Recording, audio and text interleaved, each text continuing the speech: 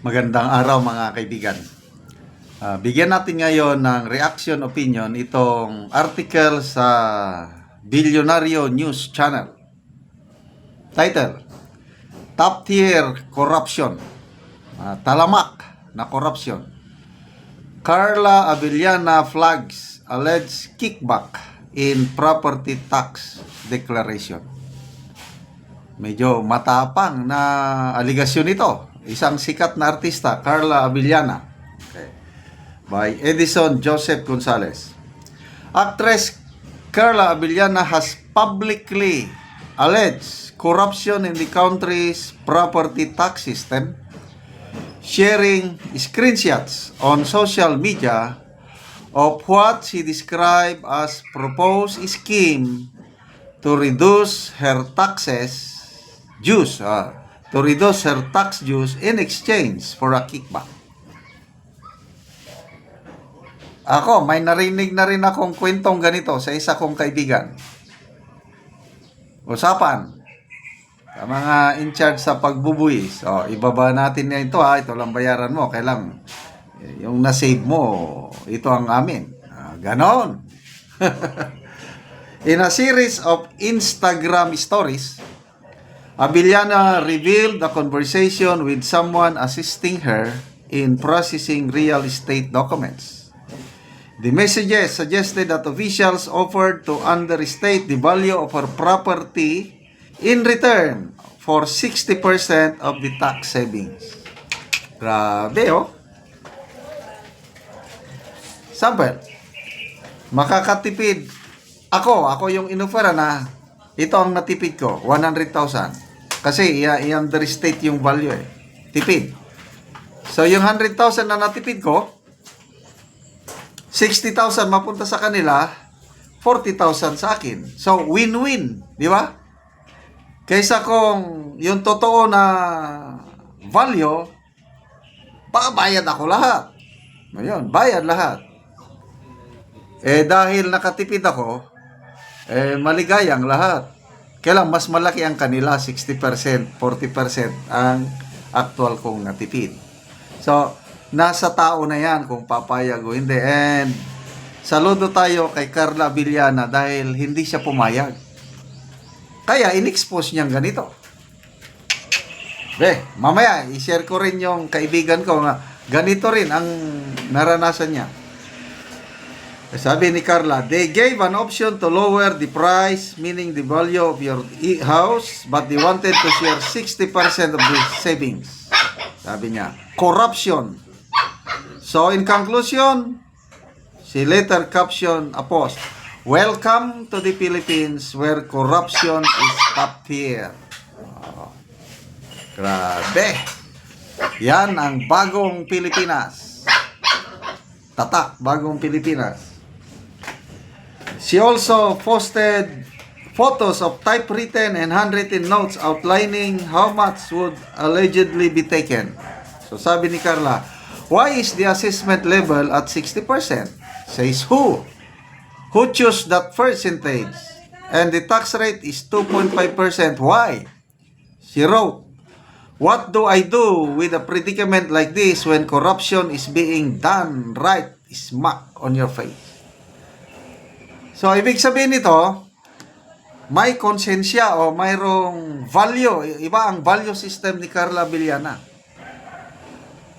Kasi kung pumayag siya, mababawasan ng kanyang babayaran. Panalo siya, panalo rin yung nag-offer sa kanya. Kaya lang, hindi matanggap ng kanyang konsensya. Kaya, pasalamatan natin itong si Carla Abellana for exposing matters like this. Okay, punta na tayo sa dalawa ang kakilala ko Yung isa, negosyante, food business, pagkain. Ganyan din. Offer sa kanya para mayroong maiwan doon sa nag-offer. Sabi niya, kaibigan niya yung nag-offer. Sabi niya sa kaibigan niya, itong kaibigan kong ito na nasa food business, he's a devoted Christian. Sabi, nakikita ng Diyos ang ginagawa natin. Hindi tayo makakaligtas sa paningin ng Diyos. Delikado tayo doon, matakot tayo doon. Ilagay mo na lang yung tama. Kung ano yung tamang buwis, yun ang babayaran ko. Sabi ng kaibigan ko, kailang bigyan pa rin kita dahil kaibigan kita. O di, happy yung nag-offer. Sige, nilagay yung eksaktong buwis. Iyan ang kaibahan kasi kung ang negosyante may takot sa Diyos. So, nagbayad siya, yung eksaktong buwis. Tapos, binigyan pa rin niya yung kaibigan niya, so maligaya pa rin yung kaibigan. Kaya lang, ganyan nga ang style. Parehas itong aligasyon ni Carla Villana at yung experience ng kaibigan, parehas. Ganyan din. Isa pa, mas malaking negosyo ito. Ganon din. Yung percentage, example lang, nakalimutan, 2.5%. Gawin na nating 1% lang. Kailang meron kami. Sabi ng malaking negosyante, hindi. Kung ano ang dapat kong ibuwis, yun ang yun ang sundin natin. Ayoko yung ganyan. So, iba talaga itong mga negosyante na may... Okay, itong dalawa kong kakilala ito, both are devoted Christians. May takot sa Panginoon. At may pagmamahal sa bansa. Kasi, kung wala kang takot sa Panginoon, wala kang pagmamahal sa bansa, ay talagang gugustuhin ko na lang yun. Kasi nakasave na ako eh. Mas maganda yun. Kaya lang, nasa value system ng isang tao. Anyway, yung corruption na yan is talagang yan ang nagpapahirap sa taong bayan. Ang Pilipinas, sa aking paniniwala, hindi tayo pobreng bansa. Mayaman tayo sa lahat. May pera ang gobyerno. Kaya lang, yung pera na yan napupunta sa bulsa ng kaninong bulsa. Kaya, instead na ang pera, taxes ng taong bayan, gastusin para sa naghirap, napupunta sa bulsa. Kaya maraming yumayaman, mas marami yung maiwang pobre. Yan po ang Philippine society ngayon. Nakakalungkot. Corruption, top tier. Talamak ang corruption sa ating bansa. Okay, salamat mga kaibigan sa inyong pagsubaybay sa ating channel. Nakakatulong kayo ng malaki sa tribong Talandig ng Bukidnon dahil ang sweldo natin ay pantulong sa tribo. Namimigay tayo ng livelihood assistance, nagpapatanim tayo ng sayote, saging lakatan at Arabica coffee. Kung may itinanim, may anihin, panoorin nyo ang video na ito. Dito tayo ngayon sa Arabica Coffee Plantation. Ito si Arnel ang nagtanom. Ilang buwan na ito? 14 months. Pa sir, 14 months i-close up mo. 14 months.